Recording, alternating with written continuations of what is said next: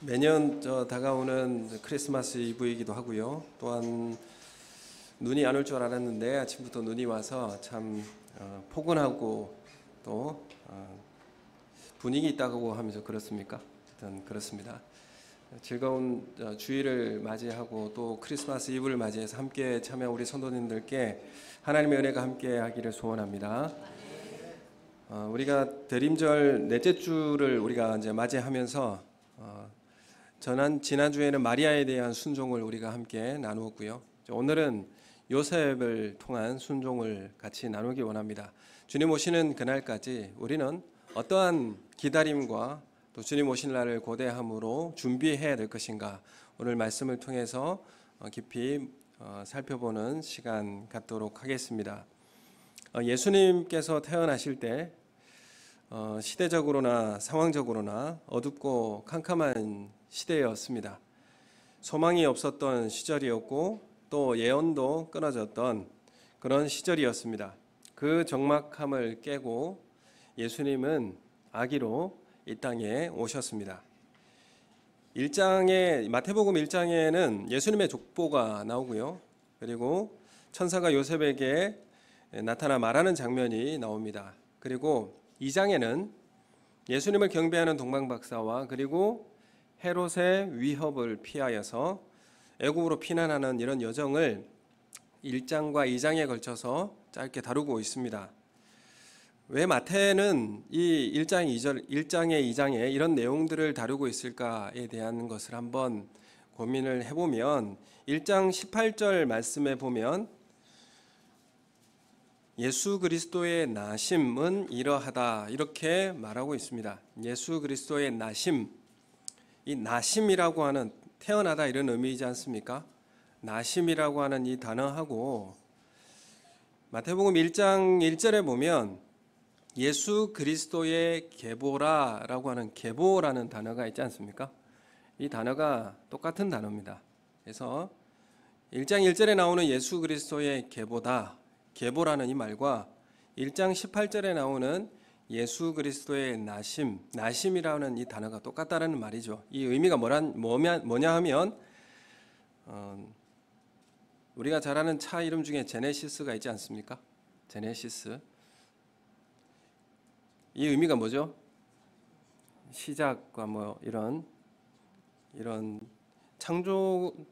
창세기를 제네시스라고 하지만 이 제네시스라고 하는 이 시작과 근원 이런 의미가 있습니다. 그래서 이 마태복음에는 1장 1절에 예수 그리스도의 시작이다, 예수 그리스도의 근원이다 이렇게 말하고 있고 1장 18절에도 보면 예수님의 근원과 시작이다 이것을 알리고 있습니다.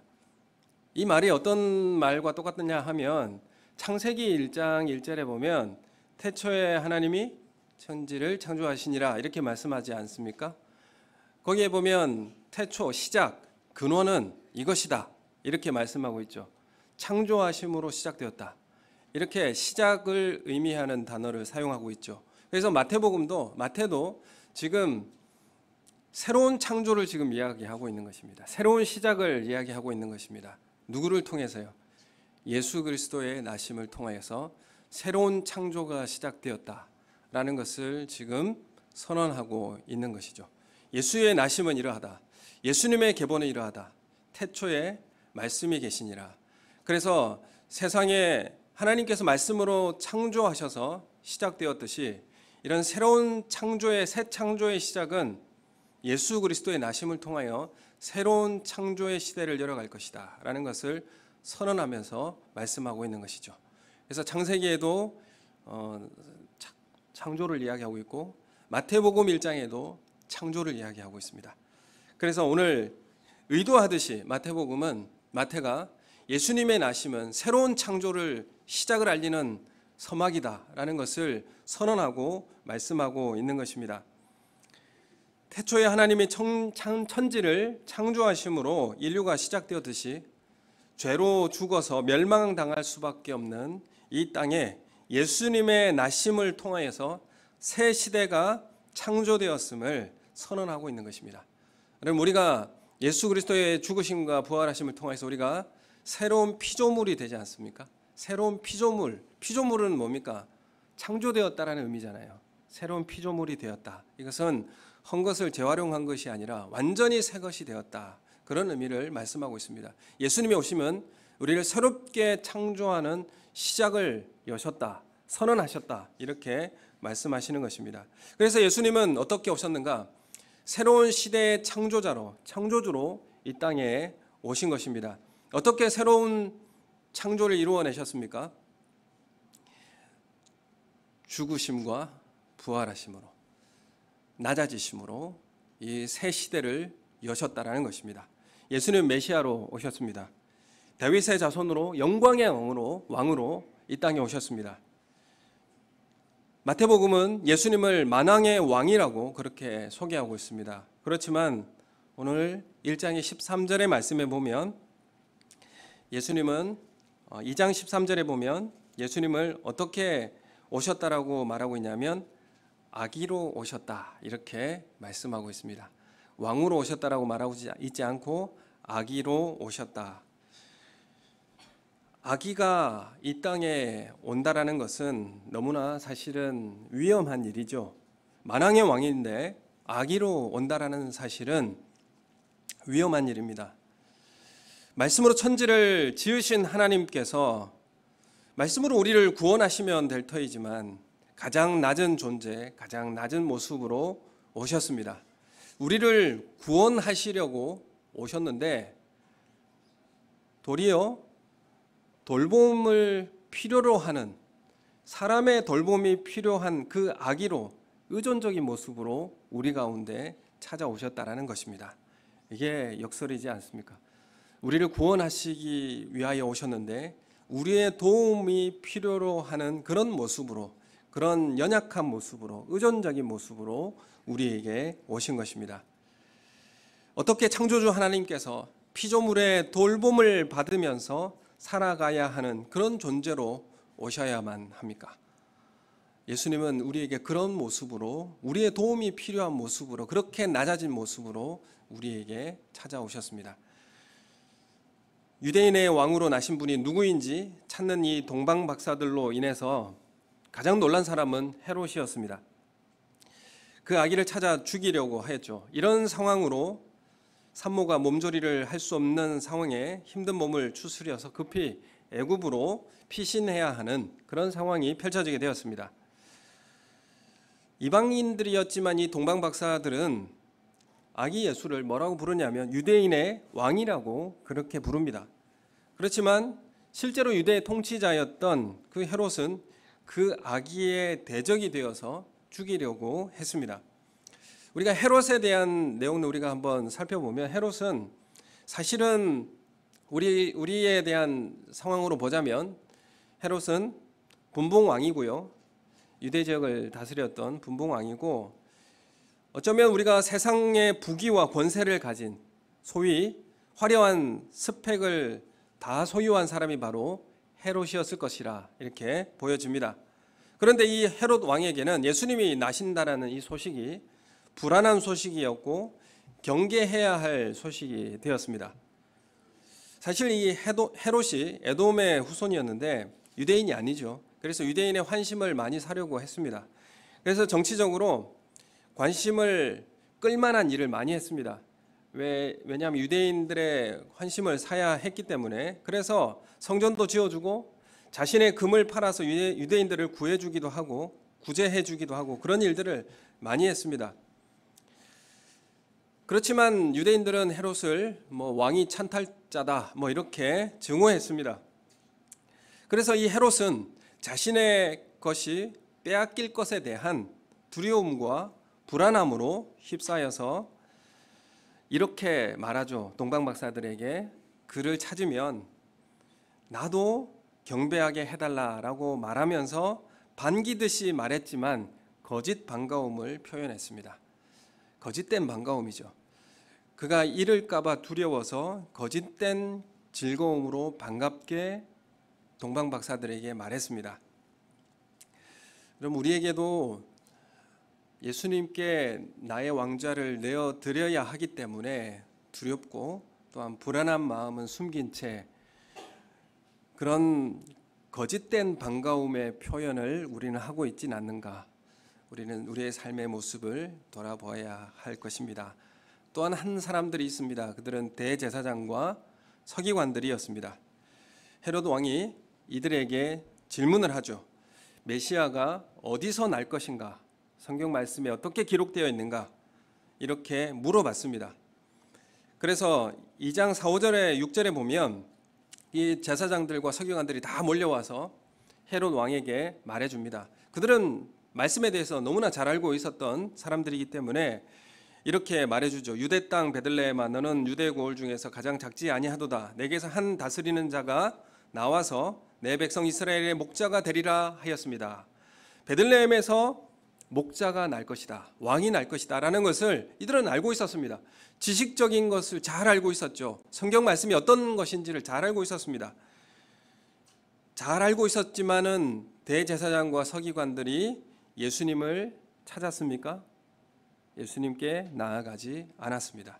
가장 강한 사람인 헤롯이 예수님이 나신다는 말에 가장 두려워하고 있고, 가장 말씀을 잘 안다라고 하는 사람들이 가장 가까운 곳에 있는 예수님께 나아가고 있지 않는 것을 우리는 이 역설적인 모습을 보게 됩니다.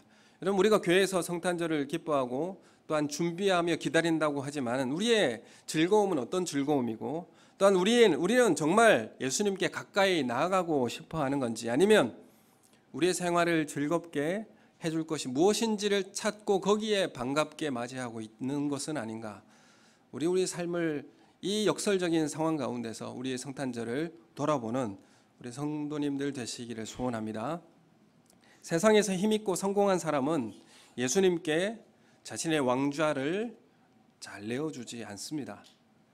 가장 성경 지식이 있다라고 하는 사람들은 정작 예수님께 가까이 나아가지 않습니다. 반면에 가장 버림받았던 사람들인 목동들은 예상치 못한 곳에서 예수님을 만나게 되어지고, 그래서 하나님의 지식이라는 것, 하나님의 지혜라는 것, 하나님의 인도하심이라는 것이 우리의 지식과 지혜와 우리의 능력을 초월한다는 사실을 우리에게 말씀하고 있는 것입니다. 그래서 우리는 나의 지혜가 아니라, 나의 지식이 아니라 예수 그리스도의 지혜를 따르고 바라보는 그런 사람이 예수님을 만나게 된다는 사실을 오늘 이 말씀을 통해서 우리는 깨닫게 되는 것입니다. 오늘 우리는 성탄절을 준비하며 하루를 앞둔 우리의 삶 가운데서 예수님을 만나는 삶이 되시기를 소원합니다. 여러분, 주님 오시는 그날에 예수님을 만나시겠습니까? 여러분, 주님 오시기 기다리는 이때 주님을 만나야 되지 않습니까? 여러분, 이 기간에 우리가 살아있는 동안에 예수 그리스도를 만나서 주님의 말씀에 순종하며 그 하나님 나라를 경험할 수 있는 우리 성도님들 되시기를 예수님의 이름으로 축원합니다. 한 아기의 탄생을 축하하고 기뻐할 겨를도 없이 힘든 도피 여행을 이 요셉 가정은 떠나게 되었습니다. 우리 요셉의 위치에서 이 예수님의 나심을 우리가 바라보게 되면 자신의 약혼한 마리아가 동거하기도 전에 임신한 사실을 알게 됩니다. 성령으로 임신한 것을 알 수 없었던 요셉이 마리아가 잠시 떨어져 있는 사이에 불륜을 저질렀다라고 확신할 수밖에 없었습니다. 당시의 결혼을 약속하고 정혼을 하고 1년 정도 떨어져서 준비하는 기간을 가졌습니다. 그러므로 약혼한 사이는 유대인들에게 있어서는 약혼했다라고 하면 결혼했다라고, 법적으로 결혼했다라고 그렇게 여깁니다. 그래서 합법적인 부부의 관계라는 것을 말하고 있습니다. 본문에서도 요셉을 그의 남편 요셉이라고 부르고 있고, 또 마리아를 20절에 보면 내 아내 마리아를 데려오는 것을 무서워하지 말라, 두려워하지 말라 이렇게 말하는 것으로 보면 합법적인 부부 관계라는 것을 말씀하고 있습니다. 약혼한 남녀는 정식 결혼식 전까지 각자의 집에서 지내었습니다. 결혼식을 한 후에야 비로소 동거를 할 수가 있었습니다. 그래서 약혼식이 끝나면 신랑은 자기 집으로 돌아갑니다. 그래서 뭘 할까요? 1년 동안 어느 날 반드시 돌아가면서 신부에게 이렇게 말합니다. 1년 후에 어느 날 정확하게는 말하지 않지만 어느 날 다시 돌아와서 데리러 오겠다라고 하는 말을 남기고 자신의 집으로 돌아가게 됩니다. 신랑은 자기 집으로 돌아가서 아버지의 감독 아래 신혼집을 짓기 시작합니다. 아내를 데리고 살 집을 짓는 것입니다. 이러한 이제 유대적 배경이 요한복음 14장에 나오는 예수님께서 이렇게 말씀하시죠. 내가 너희를 위하여 처소를 예비하러 간다. 이렇게 말씀하는 것이 이 유대인의 배경에서 나온 말이었습니다. 그래서 예수님의 말씀하시는 장면이 유대인의 관습에서 나오는 것이고 예수님 다시 오시겠다라는 것을 분명히 우리에게 말씀하신 것입니다. 그래서 신랑이 집으로 돌아간 지 집을 짓는 기간이 대체로 1년 정도의 기간이 걸립니다. 그래서 아버지가 이 신랑 아들이 집을 짓는데 거의 다 지어졌다라고 생각되어지면 아버지가 결정을 하죠. 아버지가 이제 신부를 데려오라고 말을 하게 됩니다. 그래서 이 데리러 오는 날짜는 아버지가 정하게 되는 것이죠. 그래서 1년 동안 떨어져서 준비하는 기간에 마리아의 임신을 알게 된 이 요셉은 이 사실을 공개하면서 마리아가 어떤 이유로 임신하게 되었는지 이것을 공개적으로 들추어서 사실을 밝힐 수 있고 그 마리아의 수치를 드러낼 수 있었습니다. 그런데 요셉은 이 사실을 공개하여서 마리아에게 수치를 주지 않고 오늘 19절 이제 1장 19절 말씀에 보면 1장 19절 말씀 우리 함께 읽겠습니다. 시작. 그의 남편 요셉은 의로운 사람이라 그를 드러내지 아니하고 가만히 끊고자 하여 이렇게 말씀합니다. 가만히 끊고자 하였다. 가만히라고 하는 가만히 끊고자 하였다. 조용히 끊는다라는 것은 어떤 의미겠습니까? 이 사실을 들추어내서 공개하지 않고 그냥 이혼 증서를 써줘서 이 결혼을 파기한다는 것을 의미합니다. 그래서 요셉이라고 하는 사람이 의롭다라고 하는 사람의 의미는 보통 의롭다라고 하는 것은 말씀에 철저히 지킨다라는 의미가 있죠. 말씀을 철저히 지킨다. 사실 신명기 22장에 보면 이런 내용이 나옵니다. 처녀인 여자가 남자와 약혼한 후에 어떤 남자가 그를 성읍 중에 만나 동침하면 너희는 그들을 둘 다 성읍 문으로 끌어내고 그들을 돌로 쳐서 죽일 것이니 이같이 하여 너희 가운데서 악을 제할지니라 이렇게 말씀하고 있습니다. 그래서 요셉이 이 말씀을 정확하게 지켜서 행한다라고 한다면 어떻게 됩니까? 마리아의 수치를 공개적으로 드러내고 끌어내어서 그 누가 동침했는지 잘 모르겠지만 그를 잡아내어서 똑같이 성문으로 끌어내고 돌로 쳐서 죽여야 되는 것이 그것이 말씀을 정확히 지켜서 행하는 일이 되는 것입니다. 그래서 음행이 행해졌을 때에 이혼이라고 하는 것은 필수적인 명령이었습니다. 요셉이 아내의 음행을 확인한 남편이라고 한다면 마리아의 임신을 어떻게 됩니까? 공개적으로 드러내고 이혼을 택해야 하는 것이었습니다. 그러나 요셉이 어떻게 하죠? 가만히 끊고자 하였다라는 말은 가만히 끊고자 하였다. 그 마리아를 자유롭게 하다라는 그 의미를 가지고 있는데 이혼하게 하려고 숨겨 주어서 가만히 끊어 이제 이혼하려고 하였던 의도가 담겨 있는 것이죠. 그래서 마리아를 공개적으로 수치 주지 않고 은밀히 이혼하려고 하였던 것입니다. 여러분 이것이 마태복음이 말하고 싶은 의입니다. 의와 긍휼을 요셉을 통해서 지금 보여주고 있는 것이죠. 마태복음에 보면 더 나은 의가 나옵니다. 하나님 나라의 의도 나오죠. 그래서 마태복음에서 마태가 말하고 싶은 의, 그것은 긍휼을 함께 가지고 있는 말씀에 순종의 삶을 살아가는 요셉을 그려내고 있는 것입니다. 이렇게 약혼을 파기하고 이혼할 때는 요셉에게는 손해가 없겠습니까? 요셉은 정혼하면서 지참금이라든지 여러 가지 금전적 보상을 해야만 했습니다. 손해를 보아야 하는 것이죠. 또한 요셉이 겪어야 할 게 뭐겠습니까? 마리아에 대한 약혼한 여인에 대한 실망감이 그 가운데 있었을 것입니다. 그리고 약혼이 파기되는 데 따른 마음의 상처뿐만 아니라 금전적 손실까지도 감당해야 하는 것이 요셉이 감당해야 할 일들이었습니다. 20절에 보면 하나님께서 요셉에게 이렇게 말씀을 하십니다. 1장 20절에 보면 같이 읽겠습니다. 시작. 이 일을 생각할 때에 주의 사자가 현몽하여 이르되 다윗의 자손 요셉아 내 아내 마리아 데려오기를 무서워하지 말라. 그에게 잉태된 자는 성령으로 된 것이니라. 이렇게 말씀을 합니다. 내 아내 데려오기를 무서워하지 말라 이렇게 당부하는데, 요셉이 이 사실을 마리아가 임신했다라는 사실을 알고 두려워하고 무서워했다라는 사실을 우리가 간접적으로 알 수가 있습니다.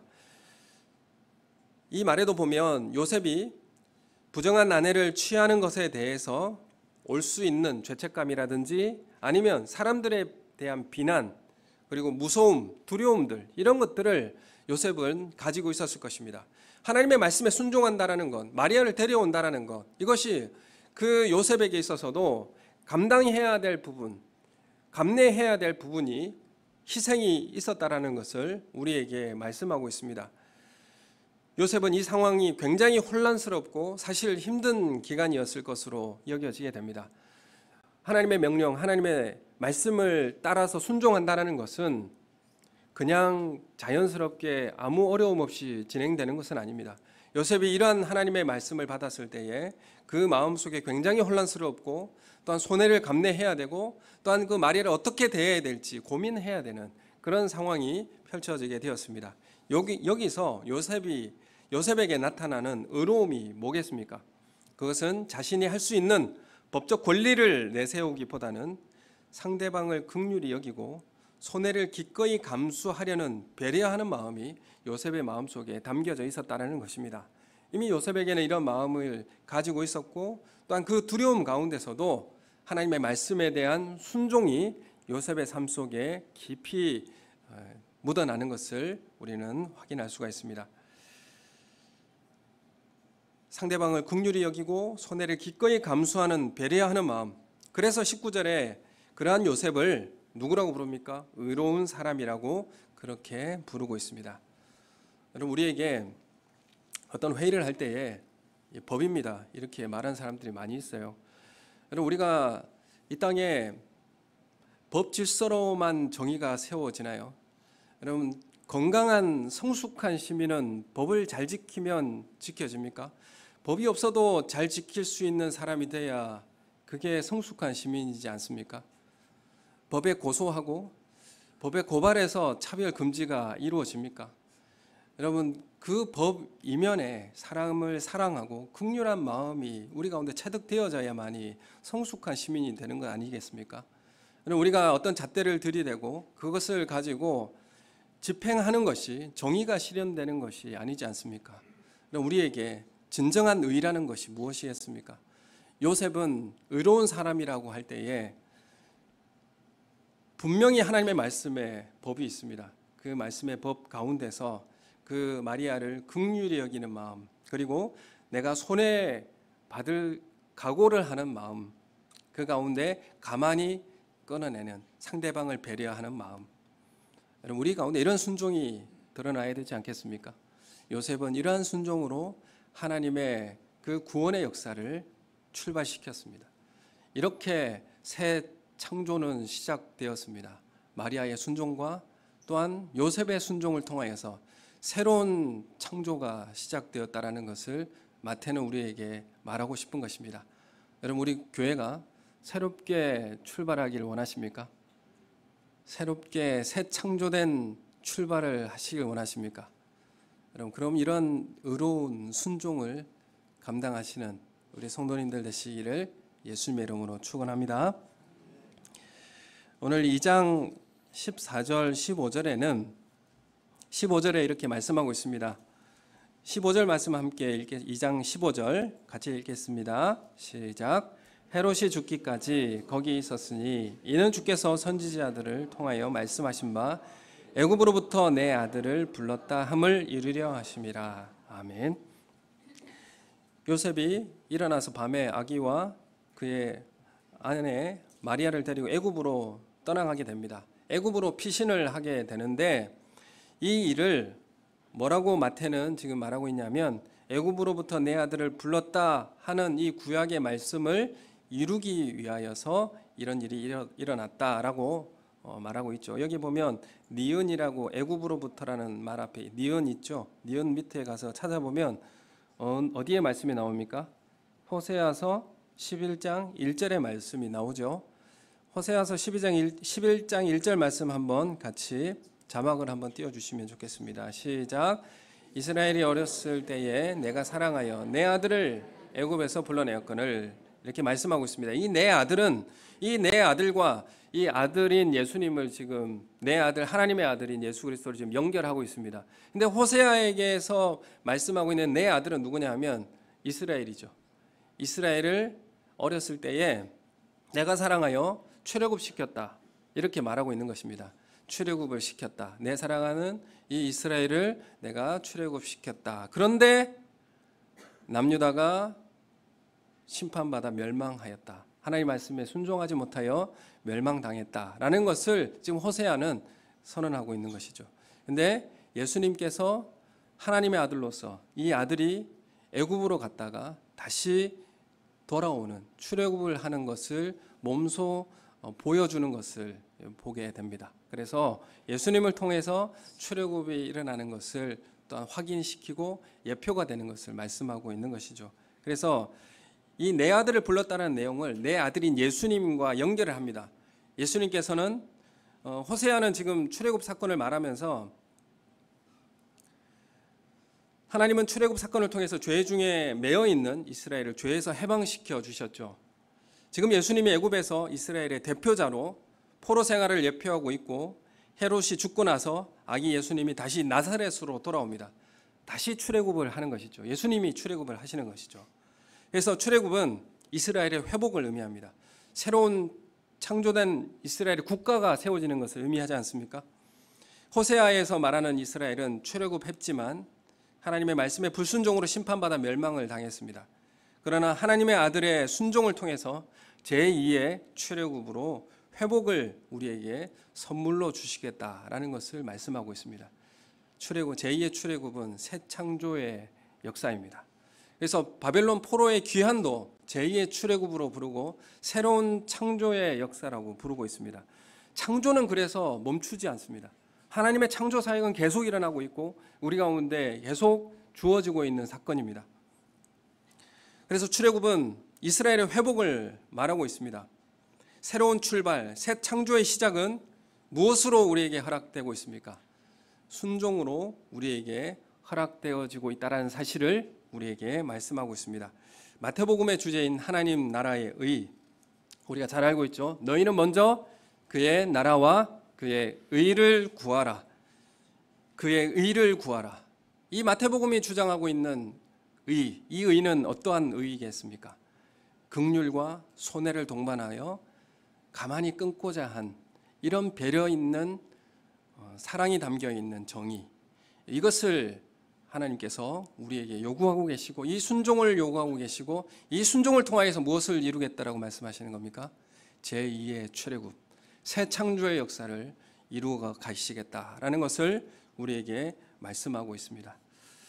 여러분, 예수님이 아기로 오셨어요. 사람의 돌봄을 받아야 할 그런 존재, 연약한 존재로 오셨습니다. 여러분, 교회를 보시면 예수님 연약해 보이십니까? 내가 교회를 어떻게 하면 흔들릴 수 있을 것 같죠? 여러분, 교회는 그렇게 연약하게 우리에게 주어져 있습니다. 여러분, 예수님은 어떻게 대하시겠습니까?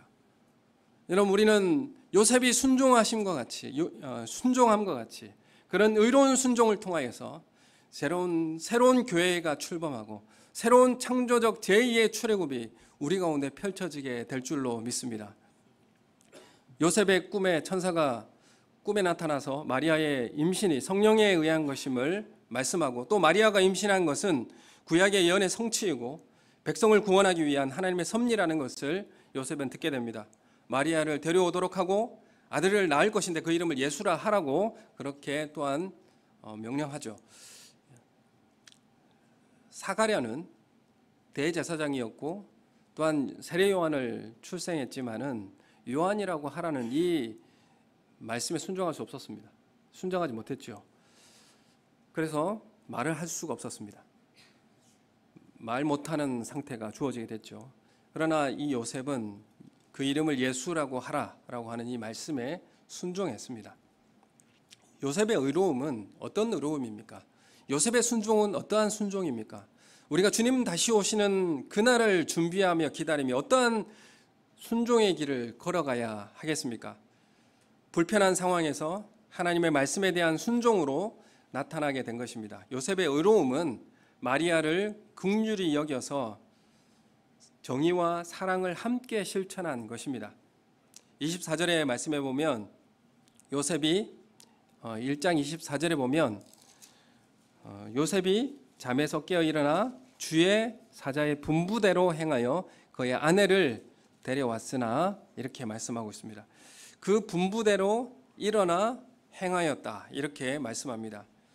요셉은 이후에도 주의 천사가 꿈을 통하여 지시한 대로 마리아와 예수님을 데리고 애굽으로도 가고 또 지시대로 애굽에서 나와서 이스라엘 땅으로 다시 돌아오고 유대 지방으로 내려갔다가 갈릴리 지방으로 가서 나사렛에 정착하는 이 여정의 길을 떠나게 됩니다. 하나님의 말씀대로 떠나라고 하는 이 길이 얼마나 멀까요? 상당히 먼 길입니다. 상당히 긴 여정인데 출생한 지 얼마 되지 않은 상황에서 그 몸을 이끌고 또 아기를 데리고 그 먼 여정을 떠나게 되는 것이죠. 이것이 하나님의 말씀대로 순종하며 행하였다라는 것을 말씀하고 있습니다. 요셉 가정이 옮겨 다닌 이유는 무엇입니까? 하나님의 말씀에 순종함으로 나타난 고단한 여정이었습니다. 하나님의 구원의 역사는 그래서 무엇을 통하여서 새 창조, 제2의 출애굽, 누구를 통해서 어떠한 모습을 통해서 일어나게 됩니까? 순종하는 사람을 통해서 이루어지고 있다는 것을 우리에게 말씀하고 있습니다. 예수님의 탄생은 하나님의 능력으로 된 것입니다. 그렇지만 하나님의 뜻을 이루는 요셉의 순종이 사용되었다라는 것. 우리의 교회의 새로운 출발도 누구를 사용하시겠습니까? 우리의 순종을 사용하실 줄로 믿습니다. 이러한 의로운 순종이 우리 가운데 나타나기를 예수님의 이름으로 축원합니다. 마태복음에서 말하는 더 나은 의는 손해를 감수하는 긍휼과 말씀에 대한 행함입니다. 요셉 부부가 아기 예수님을 영접하기 위해서는 감당해야 할 일들이 많았습니다. 하나님의 말씀에 대한 절대적인 순종, 그리고 자신의 인생을 포기하며 받아들여야 하는 희생 없이는 감당할 수 없는 그런 일들이었습니다. 요셉의 순종으로 제2의 출애굽이 새 창조가 준비되듯이 우리의 순종도 우리 교회의 새로운 출발의 서막을 열게 될 것이고 우리의 순종을 통하여 새로운 교회의 모습으로 변화될 줄로 믿습니다. 예수님의 오심은 우리에게 진정한 자유와 평화를 기쁨을 주시기 위함이었습니다. 우리의 삶이 말씀에 순종하여 나의 왕좌가 빼앗길 것 같은 두려움을 갖는 것이 아니라 주님께 기꺼이 우리의 왕좌를 비워드리고 우리를 다스리게 하는 것이 주님의 뜻이지 않겠습니까? 여러분, 우리가 머물고자 할지라도 내가 그 자리에 여전히 있고 싶어 할지라도 그곳이 편안하지요. 또 그곳에 칭송받고 또 안정감이 있기 때문에 거기에서 있으려고 하지만 우리의 왕좌를 주님께 내어드리고 순종의 길을 걸어가시는, 그래서 새로운 교회의 창조의 출발을 경험하게 되는 우리 성도님들 되시기를 예수님의 이름으로 축원합니다. 우리 함께 기도하겠습니다.